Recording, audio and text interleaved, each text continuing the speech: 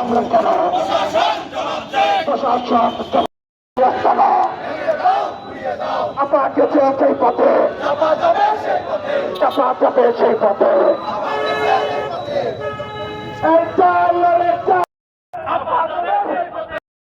এই ছিনতাই হবে না জাতীয় পার্টির ঠিকানা, জাতীয় দেশের গণঅভ্যুত্থানের শহীদদের প্রত্যাশার আলোকে রাজনীতিতে কাজ করে যাচ্ছে। সুতরাং আমরা অন্যান্য দলকেও বলবো, জনগণের প্রত্যাশার জায়গায় থেকে একত্রিত থাকুন, নাইলে স্বৈরাচার ফিরে আসবে এসালমদের টাকায়।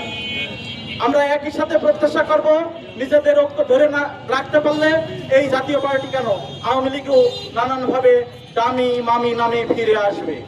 সুতরাং আমরা এনসিপি, গণ অধিকার পরিষদ, বিএনপি, জামাত ইসলাম সহ সমমনা রাজনৈতিক দলকে আবারও বলবো, আপনাদের শুভ বুদ্ধির উদয় ঘটান। যেখানে আপনারা রাজপথে বের হতে পারেননি, সেই সময় কিন্তু এই ভিপি নুরুল হক নূর তার ক্যারিশমা দেখিয়েছে। সুতরাং আজকে ভিপি নুরের উপরে যে হামলা, সেই হামলার বার্তা আপনারা বুঝুন এবং যথাযথ পদক্ষেপ নিন। প্রয়োজনে এদেশে আবার যদি ইন্টারিম ব্যর্থ হয়, সারা দেশে হরতাল থেকে অবরুদ্ধ করে আবার নতুন সরকার প্রতিষ্ঠার উদ্যোগ নিন।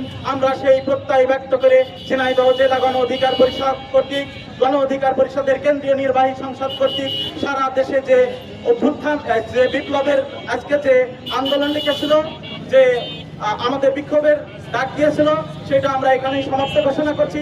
সবাই ভালো থাকবেন। আমি সর্বশেষে প্রিন্ট মিডিয়া, ইলেকট্রিক মিডিয়ার যে সকল ভাইয়েরা আছেন, সকলের প্রতি ধন্যবাদ জানিয়ে আমাদের পাশে থাকার জন্য আহ্বান জানিয়ে শেষ করছি। সবাই ভালো থাকবেন। আসসালামু আলাইকুম। আজকের এই জুলাইয়ের বিপ্লবের পরে এই বাংলাদেশে এসেও জাতীয় পার্টির অফিসকে নিরাপত্তা দেওয়া হয়। গণ অধিকার পরিষদে পার্টির অফিসে ঢুকে ভাঙচুর চালায় আজকের প্রশাসন। এই প্রশাসনের মধ্যে আগেও যেমন আওয়ামী লীগের দোসর সন্ত্রাসীরা লুকিয়েছিল, এখনো পর্যন্ত তাদের অপসারণ হয়নি। আমি এই সরকারকে দ্রুত বলতে চাই, এই আওয়ামী লীগের দোসর যে সকল কর্মকর্তারা এখনো প্রশাসনের মধ্যে, আমলাদের মধ্যে লুকিয়ে আছে, তাদেরকে বেছে বেছে বের করুন এবং আগামীর বাংলাদেশ যাতে শান্তি শৃঙ্খলার সাথে এগিয়ে যেতে পারে সেই ব্যবস্থা গ্রহণ করুন। উপস্থিতি আপনারা ইতিমধ্যে লক্ষ্য করেছেন, গণ অধিকার পরিষদের কেন্দ্রীয় কমিটির সভাপতি নুরুল হক নূর এবং সাধারণ সম্পাদক রাশেদ খানের উপর যেভাবে নেককারজনকভাবে আওয়ামী লীগের দোসর চাপা এবং এই সরকারের একটি সন্ত্রাসী বাহিনী পরিণত হয়েছে, সেই সেনাবাহিনী এবং পুলিশ কর্তৃক যেভাবে নেককারজনকভাবে হামলা করা হয়েছে ইতিমধ্যে আপনারা জেনেছেন।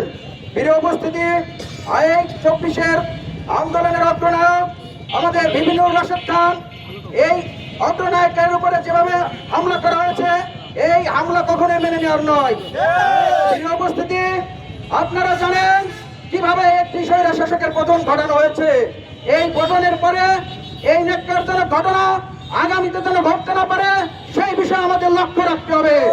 প্রিয় উপস্থিতি, আজকের এই বিক্ষোভ অনুষ্ঠানের মধ্য দিয়ে আমরা ঝিনাইদহের জাতীয় পার্টিকে এবং জাতীয় পার্টির দর্শকদেরকে হুঁশিয়ারি করে দিতে চাই, এই ঝিনাইদহে আপনাদের কোন রাজনৈতিক কর্মকাণ্ড পরিচালিত হবে না।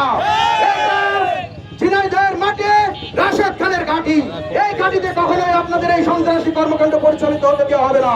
প্রিয় উপস্থিতি, আগামীতে যেন এই গণ অধিকার পরিষদ যেভাবে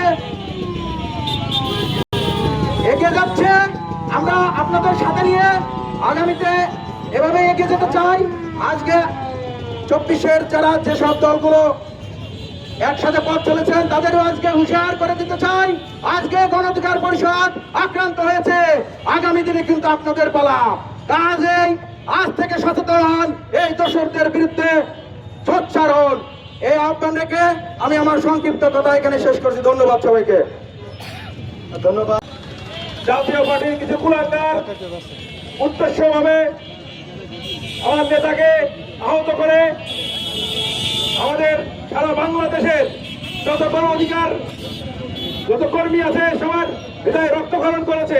কোথাও ছাড়া জাতীয় পার্টিকে যেভাবে আওয়ামী লীগকে নিষিদ্ধ করেছেন, ঠিক একইভাবে জাতীয় পার্টিকে নিষিদ্ধ করে আমাদের একটা সঠিক বিচার দিতে হবে। অন্যথায় সমস্ত বাংলাদেশে আজকে যে শান্তিপূর্ণ মিছিল হচ্ছে, যদি এর বিপরীত অশান্তি শুরু হয় তাহলে সেই দায় এই তৃণমূল সরকারকে। আওয়ামী দোসর যেমন বাংলাতে টিকে থাকতে পারে নাই, বিপিনুর রাশেদের সংগ্রামী ভূমিকায় চাপাও কখনো টিকে থাকতে পারবে না। আওয়ামী লীগের দোসররা জাতীয় পার্টির বেশ ধরে এসে প্রথমে রাশেদ খানের উপর হামলা করে। এর পরবর্তীতে আমরা 9টার সময় যখন সংবাদ সম্মেলন শুরু হয়, ঠিক সেই মুহূর্তে প্রশাসনের লোকজন আতর্কিতভাবে কোনো কিছু বুঝে ওঠার আগে বিপিনুর এবং আমাদের অসংখ্য নেতৃবৃন্দ, প্রায় 2 শতাধিক নেতৃবৃন্দকে রক্তাক্ত করে হসপিটালে পাঠিয়েছে। বিপিনুর এখনো পর্যন্ত আইসিইউতে আছে। তো আমার ইন্টারিমের কাছে পর্যন্ত প্রায় 18 ঘন্টা 20 ঘন্টা অতিবাহিত হতে চললো।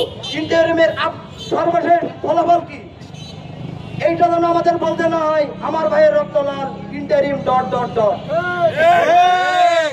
আমরা এই 24-এর যে গণঅভ্যুত্থানের চেতনা, সেই চেতনা ধারণ করে বলতে চাই, এই বাংলাদেশে কোনো ধরনের অপরাজনীতি চলতে পারে না, সন্ত্রাসী কর্মকাণ্ড চলতে পারে না। জাতীয় পার্টি আওয়ামী লীগের দোসর হিসেবে কাজ করেছে বিগত সরকারের আমলে। তো সেখান থেকে জাতীয় পার্টি এখনো, গতকাল আপনারা দেখেছেন জিএম কাদেরকে পুলিশ প্রোটেকশন দিয়ে কিভাবে কার্যালয় থেকে সেফ এক্সিট করেছে। জিএম কাদের কিভাবে কার্যালয়ে থাকতে পারে, জাতীয় পার্টি কিভাবে অফিস খুলতে পারে, ইন্টারিমের কাছে এই প্রশ্ন। আমরা অনতিবিলম্বে খুব স্বল্প সময়ের ভিতরে বিপিনুরের উপর যে হামলা চালানো হয়েছে, গণ অধিকার পরিষদের নেতাকর্মীদের উপর যে হামলা চালানো হয়েছে, সেটার ফিডব্যাক জানতে চাই। সেনাবাহিনী এবং পুলিশ কি কারণে তাদের উপর হামলা করলো, এটার ইন্ধন কারা দিল, এটার সঠিক জবাব দিতে চাই আমাদের কেন্দ্রীয় গণ অধিকার পরিষদের সম্মানিত সভাপতি, এই 24-এর আন্দোলনের অন্যতম নায়ক, যার হাত ধরে 2018 সালের কুসংস্কারের মধ্য দিয়ে আওয়ামী লীগের কবর রচনার জন্য যে তার জন্ম হয়েছিল, ঠিক সেই মানুষটাকে ভারতের পৃষ্ঠপোষকতায় শেষ করার জন্য আমরা দেখতে পেয়েছি এই জাতীয় পার্টির উপরে যে জাতীয় পার্টি ন্যাক্কারজনকভাবে হামলা করেছিল, এই জাতীয় পার্টিকে সেফ জোন দিয়ে আমাদের নেতার উপরে, বিপিনুরের উপরে যে ন্যাক্কারজনক হামলা করেছে সেনাবাহিনীর একটা অংশ এবং পুলিশ প্রশাসনের একটি অংশ।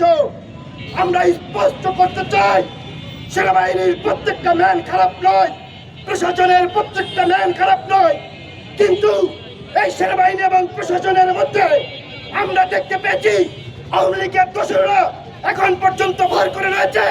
তাদের এই দুষ্কৃত চক্রান্তের মাধ্যমে আমরা এই বাংলাদেশের রাজনীতিকে অশান্ত করতে চাই। অতএব আমরা স্পষ্ট বলে দিতে চাই, আগামীর বাংলাদেশ একটি সমৃদ্ধশালী বাংলাদেশ হতে যাচ্ছে। সেই বাংলাদেশের যারা ধারাবাহিকতা অব্যাহত রাখতে বাধাগ্রস্ত করবে, আমরা আওয়ামী লীগের দোসরদের এই বাংলা থেকে চিরতরে বিদায় করতে চাই। আপনারা দেখেছেন, শুধু নূর নয়, আমরা দেখেছি এনসিপির নেতৃবৃন্দ যখন গোপালগঞ্জে যায়, তখনও তাদের উপর ন্যাক্কারজনক এই আওয়ামী লীগ, এই চাপাদের দোসরেরা হামলা করেছিল। আমরা যদি এভাবে চলতে থাকে, তাহলে আগামীকাল আপনি আমি কেউ সেফজন নয়। অতএব আমাদের হয়তো আদর্শ আলাদা থাকতে পারে, কিন্তু আমরা এক এবং ঐক্যবদ্ধ থাকতে হবে আওয়ামী লীগের প্রশ্নে, জাতীয় পার্টির প্রশ্নে, আওয়ামী লীগের দোসরের প্রশ্নে। অতএব আগামীতে আর কোন আওয়ামী লীগের রাজনীতি, জাতীয় পার্টির রাজনীতি বাংলাদেশে পরিচালনা করতে দেওয়া যাবে না। যদি এই চাপা এই ইন্টারিম সরকারকে বলবো, আপনারা যদি দায়িত্ব নিতে ব্যর্থ হন, তাহলে সরকারের থেকে পদত্যাগ করুন। পদত্যাগ করে একটি বিপ্লবী সরকার গঠন করুন, ছাত্র জনতার সরকার গঠন করুন, যে সরকারের মাধ্যমে এই দেশ সুন্দরভাবে পরিচালনা হবে।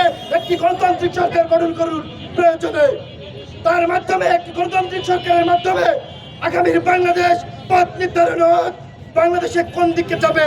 আমরা অবিলম্বে জাতীয় পার্টির নিষিদ্ধ ঘোষণা করতে চাই এই সরকারের মাধ্যমে।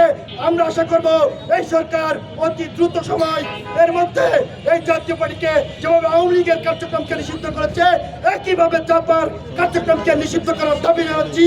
যদি এই 2000 শহীদের রক্ত, 30,000 আহত ভাইদের রক্ত যদি বিতে যায় তাহলে এই বাংলাদেশ ব্যর্থ হবে। কোনোভাবে এই বাংলাদেশকে ব্যর্থ হতে দেওয়া যাবে না। সেই আশা রেখে আমি আমার সব সংক্ষিপ্ত বক্তব্য শেষ করছি এবং সকলের প্রতি উদারত আহ্বান রাখতে চাই। আমরা এক এবং ঐক্যবদ্ধ থেকে আগামী নতুন বাংলাদেশের স্বপ্ন দেখছি, সেই বাংলাদেশের সূচনা করতে চাই। ধন্যবাদ সবাইকে, ভালো থাকবেন, সুস্থ থাকবেন। আসসালামু আলাইকুম। এই আওয়ামী লীগকে এই বাংলার জমিন থেকে উৎখাত করতে হবে এবং এই আওয়ামী লীগকে কোনোভাবে মাথাছাড়া দিতে দেওয়া যাবে না। এরপরেও সামনে নির্বাচন, আমরা দেখতে পারবো হয়তো বিভিন্ন নামে বেনামে, আওয়ামী লীগ নামে, জাতীয় পার্টি নামে, স্বতন্ত্র লীগ নামে, দামি নামে বিভিন্ন ক্যান্ডিডেট দাঁড়িয়ে যাবে। এই আওয়ামী লীগ এদের হাত ধরে পুনরায় ফিরে আসবে এবং আমার আপনার জীবন, আমাদের ফ্যাসিবাদ বিরোধী যে সকল ঐক্য ছিলাম সকলের জীবনকে এরা ধ্বংস করে দিবে। তাই সকলকে বলতে চাই, আওয়ামী লীগ যে নামে আসতে চাক না কেন আমরা প্রতিহত করবো। ধন্যবাদ সবাইকে। আসসালামু আলাইকুম।